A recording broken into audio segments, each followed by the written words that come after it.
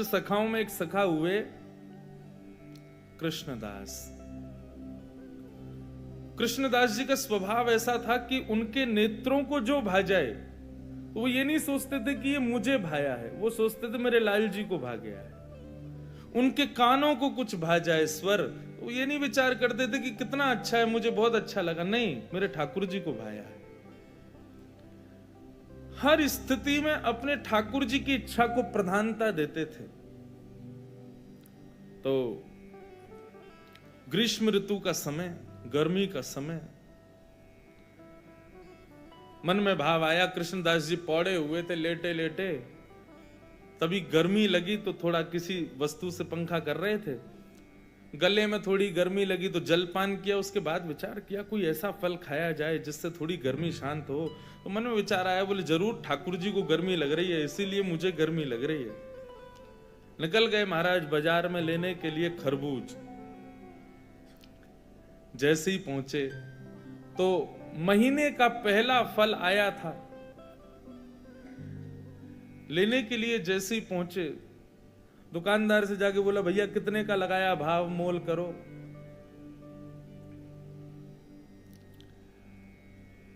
दुकानदार ने जो भी भाव था उसका 1 रुपया 2 रुपया बताया, बोले इतने का है, लो। यहां कृष्णदास जी खरीदने लगे, इतने में ही राजा के सैनिक आ गए। सैनिकों ने आकर कहा, बोले नहीं, महीने का पहला फल है, पहले राजा की सेवा में जाएगा, बाद में किसी मंदिर मठ में जाएगा। कृष्णदास जी बोले यहां तो हमारे लाल जी की नाक कट जाएगी अगर ये फल राजा के यहां गया तो। महीने का पहला फल है, ठाकुर जी की सेवा में जाना चाहिए। अब इनको प्रवचन क्या सुनाऊं मैं? ये राजा के यहां रहने वाले लोग, इनमें बुद्धि विवेक तो होता नहीं है, केवल तनख्वाह के लिए राजा की जय जयकार करते हैं। हमारे यहां तनख्वाह थोड़ी देते हैं ठाकुर जी, हम तो फिर भी जय जयकार करते हैं। ये राजा के लोग, इसको क्या समझाऊं मैं? कृष्णदास जी उनको समझाते तो बात बिगड़ जाती। कृष्णदास जी ने बोला भैया देखो, पहले हम आए तो हमको देना चाहिए। दुकानदार बोला पहले आप आए हो, लेकिन अगर इनको नहीं दिया तो ये दंड दे सकते हैं मुझे, राजा के लोग हैं, मैं तो इन्हीं को दूंगा। कृष्णदास जी बोले अगर हम तुमको दुगना रुपया दें तो? 1-2 रुपए की चीज की अगर हम 5 रुपए दें तो भी नहीं दोगे? तो उसका मन थोड़ा लोभ में आ गया। उसने कहा भैया देखो, आप भले ही राजा के यहाँ से, लेकिन राजा सबका भला चाहता है ना, अगर इनकी वजह से मेरे घर की रोटी बढ़िया आ जाए तो फिर मैं इन्हीं को दे देता हूं, ये 4 रुपया दे रहे हैं। राजा के सैनिकों ने कहा हम पे कोई कमी है क्या, हम 10 रुपया देंगे, लाओ अब हमको दो। 10 रुपया बोला तो कृष्णदास जी बोले हम 15 रुपया देंगे। अच्छा एक और बात बताऊं, जेब में लाए 2 ही रुपया थे कृष्णदास जी लेकिन भक्ति में विचार नहीं करना होता ना, यही तो हम सिखा रहे हैं आपको। लाए 2 ही रुपया थे, लेकिन बातें देखो। सैनिक बोले भाई राजा की नाक कटेगी, सुनो 20 रुपया देंगे, फल हमको दो। कृष्णदास जी बोले 25 देंगे, बिना विचार किए हमको दो। करते करते करते महाराज मोल पहुंच गया 90 रुपए पे। कृष्णदास जी सीधे बोले हम 100 रुपया देंगे, अब तो हमको देना ही पड़ेगा। फल वाला सोच रहा है ये जल्दी ले में और मैं यहां से जाऊं, मेरी तो छुट्टी, अब तो 1 आध साल अगर दुकान नहीं भी लगाऊंगा तो चलेगा, 100 रुपया मिल रहे हैं, उस समय बहुत होते थे। जब 100 रुपए पर अंक पहुंच गया कृष्णदास जी का, सैनिकों ने बोला कि भाई देखो, हम भले ही मोल भाव तो लगा रहे हैं, अपने राजा की नाक बचाने के लिए रुपया बढ़ाते तो चले गए, लेकिन अगर राजा ने पूछा कि फल कितने का आया और हमने कहा 100 रुपए का, तो राजा तलवार निकाल के सर धर से अलग कर देगा। बोले राज संपत्ति को तुम कुछ सोच ही नहीं रहे हो कि 100 रुपए का फल लाए हो। अंत में राजा के सैनिकों ने हाथ खड़े किए, बोले इन्हीं को दे दो, हमको नहीं चाहिए। दुकानदार बोला लाओ 100 रुपया। कृष्णदास जी बोले देख भाई, तू मोल निकाल के, तू ये फल निकाल के रख दे, बस हम लेके आ रहे हैं, चाहे कैसे भी लाएं लेके आएंगे, लेकिन इसको रख दे। तुरंत गए, ना जाने क्या क्या वस्तुएं सब लगा करके बेच करके 100 रुपए का फल लेकर के गए। ले जा करके जैसे ही रसोई घर में पधराया। अच्छा हमारे यहां वृंदावन में बंधुओं आज भी एक नियम है, बहुत सावधानी से सुनना। ठाकुर जी के 12-1 बजे मंदिर बंद हो जाते हैं। हम लोगों को ऐसी विचारधारा है कि ठाकुर जी शयन कर रहे हैं, लेकिन नहीं। ये वृंदावन में दोपहर में मंदिर बंद होने का रहस्य शयन करना। ठाकुर जी शयन में नहीं जाते, हमारी आपकी तरह नहीं रोटी खा के पड़ गए। ठाकुर जी गौचारण के लिए जाते हैं उस समय।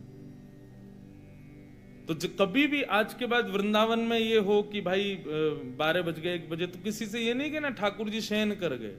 कई लोगों को मैंने देखा 1 बजे मंदिर पर, अब तो बिहारी जी के शयन हो गए। नहीं, शयन रात्रि में होता है। दोपहर में तो ठाकुर जी वनचारण के लिए जाते हैं, वन में गए, गौचारण करने गए। और उसका प्रत्यक्ष प्रमाण ये है कि जब ठाकुर जी का उत्थापन होता है 4 बजे के आसपास मंदिर खुलते हैं, तब ठाकुर जी का फलों का भोग लगाया जाता है। क्यों? इस भाव से कि ठाकुर जी वन में हैं और भिलनियां भोग लगा रही हैं। वन में कोई पके हुए पदार्थ तो मिलेंगे नहीं, तो इसलिए फल का भोग लगाते हैं। तो आज के बाद कभी भी दोपहर में ठाकुर जी का जब मंदिर बंद हो, तो उस समय भाव क्या है कि ठाकुर जी इस समय वनचारण में, यमुना के तट पर घूमने गए, बांडीर वन गए, गैया चरावे नंद बाबा की। इसीलिए कई जगह आपने देखा, देखो सेवा के भी बड़े भाव हैं। श्रीनाथ जी की सेवा, हम छोटे ठाकुर जी की सेवा करते हैं श्रीनाथ जी की। श्रीनाथ जी की सेवा में गैया और ये बछिया, ठाकुर जी के खिलौने, ये पूरे दिन ठाकुर जी के सामने नहीं रखते। ये केवल तब रखते हैं जब ठाकुर जी का राजभोग हो जाता है। सब लोग इधर देखो, इधर देखो, यहां देखो, कथा सुनो। देखो समय 3 ही दिन है आपके पास और मेरे पास भी। कोई कितनों चिल्लावे, आवे जावे, कूद पड़े आपके ऊपर, आप अपनी दृष्टि यहां से मत हटाना। दृष्टि और कान ये दोनों बस यहीं रखना। तो हमारे यहाँ नियम है ब्रज में कि ठाकुर जी के आगे गैया, ठाकुर जी के आगे खिलौने, ठाकुर जी की लकुट वगैरह, ये सब राजभोग के बाद दराई जाती है। क्यों? कि अब ठाकुर जी तैयार हो गए वन में जाने के लिए।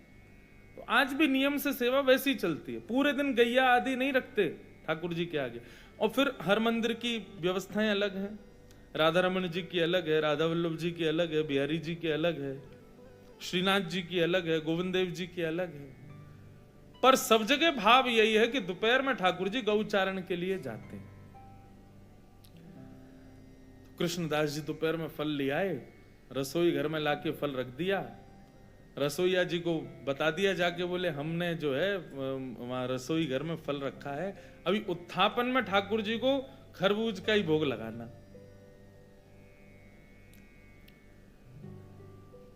कृष्णदास जी बड़े प्रसन्न थे कि भैया महीने का पहला फल ठाकुर जी की सेवा में आएगा, ठाकुर जी पाएंगे, आनंदित हो जाएंगे। रसोईया स्नान ध्यान करके जैसे ही रसोई घर में गए, पूरी रसोई खोज ली, लेकिन महाराज फल नहीं मिला, कोई ले गया उसको वहां से। बाहर आके कृष्णदास जी से कहा, बोले कि कृष्णदास जी अंदर तो फल है ही नहीं। बोले अरे मैंने वहीं रखा है। बोले मैंने देख लिया, कहीं भी नहीं है, सब जगह खोज लिया महाराज, फल तो कहीं चला गया, उसको कोई और ले गया।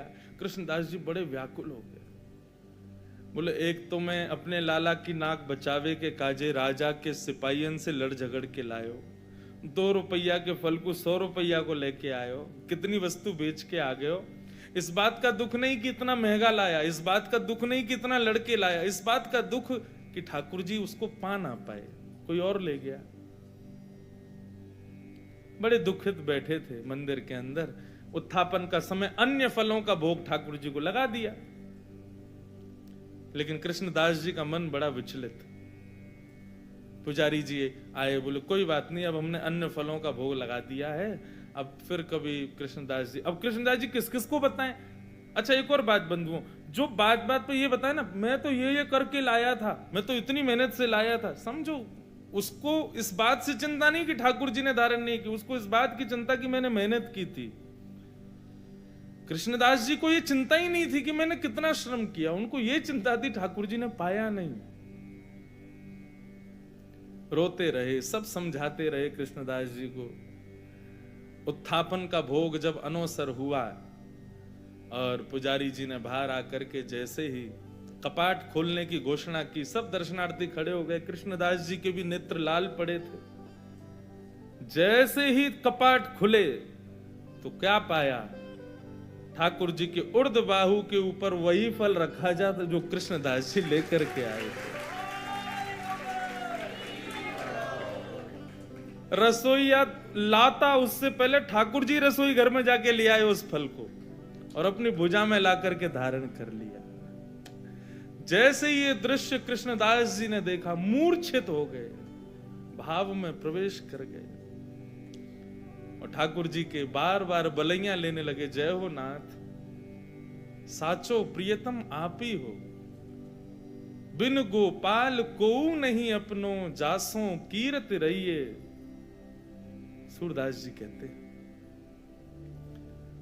संसार के प्रेमी लोग कितना भी प्रेम का आप उनके सामने बखान कर दो, कितना भी अपना प्रेम उनके सामने उजागर कर दो, कभी ना कभी उसका त्याग कर देंगे। लेकिन ठाकुर जी आपके प्रेम को हृदय से लगा करके रखते हैं। इसलिए मैं कथाओं में कहा करता हूं, ठाकुर जी को 56 भोग प्रिय नहीं, ठाकुर जी को इत्र प्रिय नहीं, ठाकुर जी को चंदन प्रिय नहीं, ठाकुर जी को दुनिया भर की पोशाक प्रिय नहीं, सोने चांदी हीरे जवाहरात प्रिय नहीं। अपने प्रेमी भक्त का भाव प्रिय है। उसका भाव कैसा, उसका भोग ठाकुर जी लगाते हैं। 56 भोग है, इससे ठाकुर जी को कोई अभिप्राय नहीं। इसलिए भैया भक्ति का पहला सूत्र अपना लीजिए कि भक्ति विचार का विषय नहीं है, विचार नहीं करना है। आप विचार मत करो, बस जो करना भाव मन में आ गया बस कर दो, ठाकुर जी सब संभाल लेंगे। ये विचार उत्पन्न होना और फिर स्वयं को उसके ना योग्य मान करके उस क्रिया को ना करना, ये ठाकुर जी की परीक्षा है। पहले तो आपके हृदय में ऐसा विचार उत्पन्न करा देंगे कि ऐसा ऐसा मुझे उत्सव करना है ठाकुर जी का, और फिर बाद में आप सोचो अरे हम पर धन तो है ही नहीं, हम तो कर ही नहीं पाएंगे। आप जैसे ही उस भाव से पीछे हटे, ठाकुर जी आपको परीक्षा में फेल कर देंगे। फेल क्यों? विचार कर रहा है। रैदास जी का चरित्र सुना है? जब ठाकुर जी उनकी सेवा में आए ना, तो रैदास जी अपने ठाकुर जी को, रैदास जी का स्वभाव था कि वो तीर्थों में ही घूमते रहते थे, लेकिन जब से ठाकुर जी सेवा में आए तब से उनका तीर्थ छूट गया। क्यों? ठाकुर जी को समय पे भोग नहीं लग पाता, ठाकुर जी को यथा उचित स्थान पे बैठा नहीं पाते, क्या करें, तीर्थ जा ही नहीं पा रहे थे। तो रैदास जी ने ऐसा बना लिया, अपनी कुटिया में ही अलग अलग तीर्थों के नामों से पर्चियां लगा दी और रोज ठाकुर जी का श्रृंगार करके कहते, कहो लाल जी कहां चलोगे? अच्छा तो आज रामेश्वरम जाना है। ठाकुर जी की चौकी उठाते, नेत्रबंद करते, ओहो देखो कितना सुंदर समुद्र बह रहा है, देखो ठाकुर जी रामेश्वर नाथ भगवान का अभिषेक चल रहा है, लोग ओम नमः शिवाय का उच्चारण कर रहे हैं, और ठाकुर जी की चौकी 2-4 बार ऐसे घुमा के रामेश्वरम जहां लिखा होता है तो वहीं बैठा, पहुंच गए रामेश्वरम, जय हो, बोलो भगवान शिव की जय हो।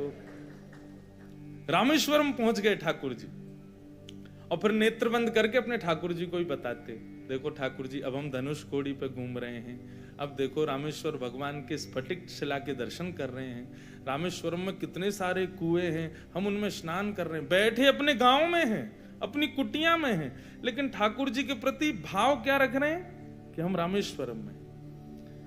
रैदास जी की इस भक्ति का यह स्वरूप हुआ कि जेठ के महीने में अति गर्मी के अंदर यदि रैदास जी अपने ठाकुर जी को तैयार करके, चलो ठाकुर जी बद्रीनाथ चल रहे हैं, तो जैसे ही ठाकुर जी की चौकी बद्रीनाथ में रखी जाती ना, उनके गांव में जेठ के महीने में बर्फ गिरने लग जाती थी।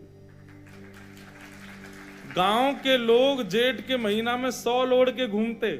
कोई पूछता कहां गए हो, बोले जरूर रैदास के ठाकुर जी आज बद्रीनाथ गए होंगे, यही मारे बर्फ गिर रही है।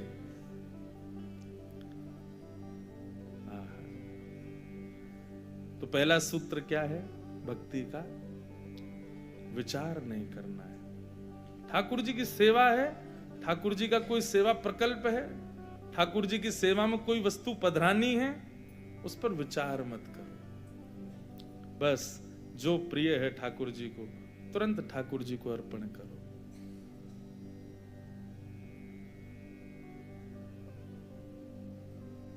आज्ञा गुरुणाम अविचारणीया।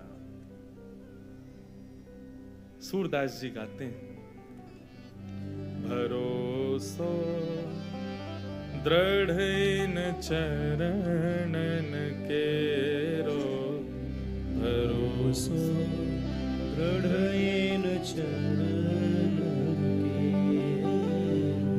भरोसो, दृढ़ इन चरणन केरो भरोसो, दृढ़ इन चरणन केरो। श्री वल्लभ नख चंद्र छटा बिन, श्री वल्लभ नख चंद्र छटा बिन, श्री वल्लभ नख चंद्र छटा बिन, श्री वल्लभ नख चंद्र छटा सब जग माही अंधेरो, सब जग माही अंधेरो, भरोसो, दृढ़ इन चरणन केरो भरोसो, दृढ़ इन चरणन केरो। भरोसा। बंधुओं, लोग दीक्षा ले लेते हैं गुरुदेव से, पर दिशा नहीं ले पाते। हमारे मायने में दिशा ज्यादा जरूरी है, दीक्षा ना भी हो चलेगा। लोग गुरु मंत्र ले लेते हैं, स्वरूप ले लेते हैं, कंठी माला ले लेते हैं, लेकिन अपने गुरु की बताई एक बात नहीं करते अपने जीवन में। ऐसे दीक्षा का क्या फायदा? गुरु आज्ञा सर्वोपरि, गुरु आज्ञा भगवान की भक्ति में और पुष्टता लाएगी। हम भक्त चरित्र सुनने तो बैठे हैं, लेकिन भक्त चरित्र सुन के केवल आपको और मुझको संतोष हो जाए उससे काम नहीं चलेगा। वो भक्त चरित्र सुन के हमारे जीवन में भी वैसी भक्ति के कुछ प्रभाव प्रकाश पड़े, ये चाहते हैं। आज्ञा गुरुणाम अविचारणीया, गुरु की आज्ञा पर विचार। सूरदास जी तो कहते हैं भैया, व्रत नियम साधन नाम जप एकादशी आदि ये सब ना भी करो चलेगा, लेकिन कलयुग में यदि ठाकुर जी के चरण और ठाकुर जी के गुरुजनों के प्रति विश्वास भरोसा नहीं है तो साधन और नाहिया कली में, साधन और नाहिया कली में, साधन और नाहिया कली में, साधन और नाहिया कली में, जासो होत निवेरो, जासो होत निवेरो। गुरु आज्ञा को सर्वोपरि नहीं मान रहे हैं, लेकिन दुनिया भर के साधन कर रहे हैं, तो आपके सारे साधन व्यर्थ हो जाएंगे यदि गुरु आज्ञा नहीं मानी तो। भगवान के भक्ति भाव में किसी भी चीज पर भरोसा नहीं है तो आपके सारे साधन व्यर्थ हो जाएंगे। सूर कहा कहे दुविध आधरो, सूर कहा कहे दुविध आधरो, सूर कहा कहे दुविध आधरो, सूर कहा कहे दुविध आधरो, बिना मूल को चेरो, बिना मूल को चेरो, भरोसो दृढ़ इन चरणन केरो, भरोसो दृढ़ इन चरणन केरो। विश्वास का भी बंधुओं एक स्वरूप होता है। किस आकांक्षा से, किस उद्देश्य से विश्वास किया जाता है। कई बार हमारा ठाकुर जी में विश्वास इसलिए होता है क्योंकि हमें ये अंदर भाव रहता है कि ये हम पर कृपा करेंगे। कृपा किस रूप में मांग रहे हैं हम ठाकुर जी से? हमारे जीवन में सब सुखद हो जाए, सब आनंदित हो जाए, हमारे सब काम धंधे बढ़िया चलें, सब बढ़िया रहे, ये कृपा यदि आप मांग के ठाकुर जी पे भरोसा कर रहे हैं तो भरोसा भी नहीं करो तो चलेगा।